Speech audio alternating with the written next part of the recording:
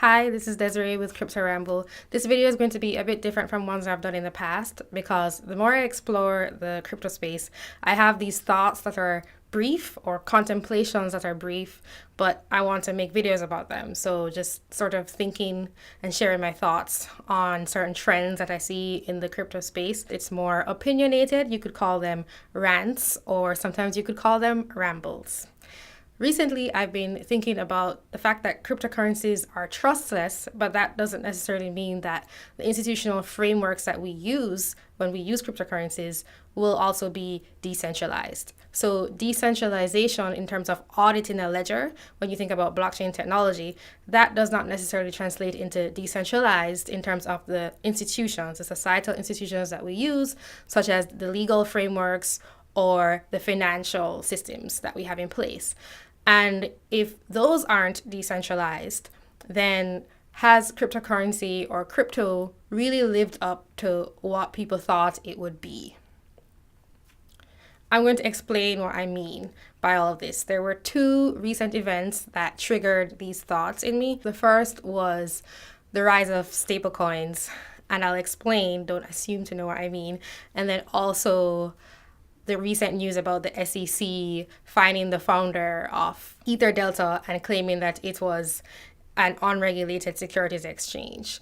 So there's a lot of fear around regulation, and there's a lot of reliance and trust in certain institutions. Trustless means that the ledger can be publicly audited, but does not necessarily mean that the same traditional institutions that we use now won't exist in the same form, just with a new updated tool, a new and improved kind of cash. That means that there hasn't actually been a paradigm shift, and that's what I thought crypto would be. So I've been getting emails from a lot of exchanges that I've signed up with in the past or that I actively use, telling me that they have issued a new stable coin to deal with the fluctuations of crypto and to deal with certain very popular stable coins such as Tether, not actually living up to its promise of holding steady at $1. I'm not so concerned with the concept of stable coins themselves and their usefulness for people, but more the fact that exchanges are basically becoming banks. And I know I'm not the only person that thinks that. So we're trying to fit everything into an existing framework. We are recreating the same systems with a different kind of technology behind them. So there's not a new paradigm, there's just a new tool, just a different way of recording financial information. You could argue that cryptocurrencies being defined as peer-to-peer electronic cash doesn't necessarily mean that it is non-institutionalized. I don't know how I feel about that. If cryptocurrencies are to be used by everyone, yes, that does include people who don't mind trusting in exchanges or don't mind having the same status quo just with a better way of auditing everything. But what about people who see the greater potential of using cryptocurrencies where you don't have to report to someone in order to get exchange value from one person, you, to another person directly, pair to pair? But what about people who think like me? I consider myself libertarian-ish, and we may see peer-to-peer electronic cash as meaning that you're exchanging value between me and you, not me and you and the bank, or me and you and the government, or me and you and an exchange that reports everything you do or infers everything you do and then reports it to the government. I don't expect everyone to want what I want, and even if the majority of the world did want what I want, I wouldn't expect regulators to accept that.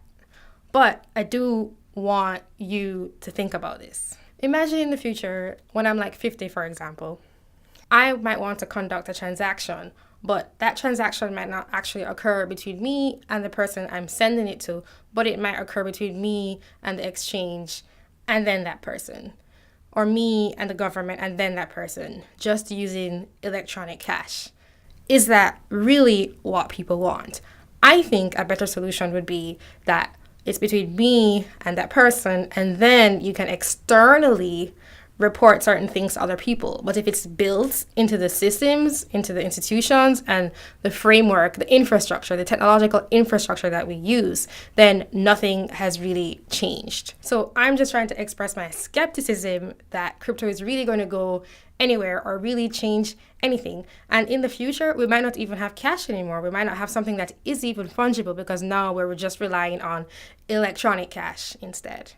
I think we have to be careful about how we're building the systems and building the infrastructure around this new technology, and also be careful about the government regulating it and waiting for government regulation.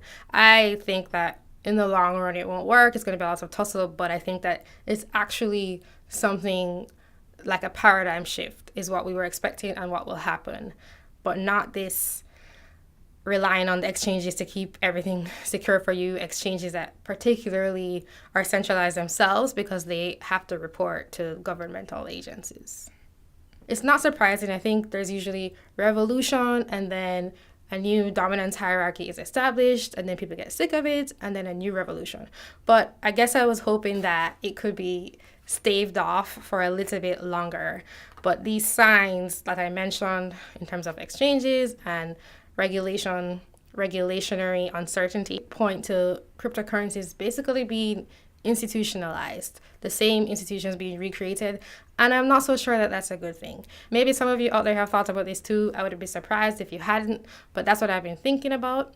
Let me know what you think. Thanks for watching. Bye.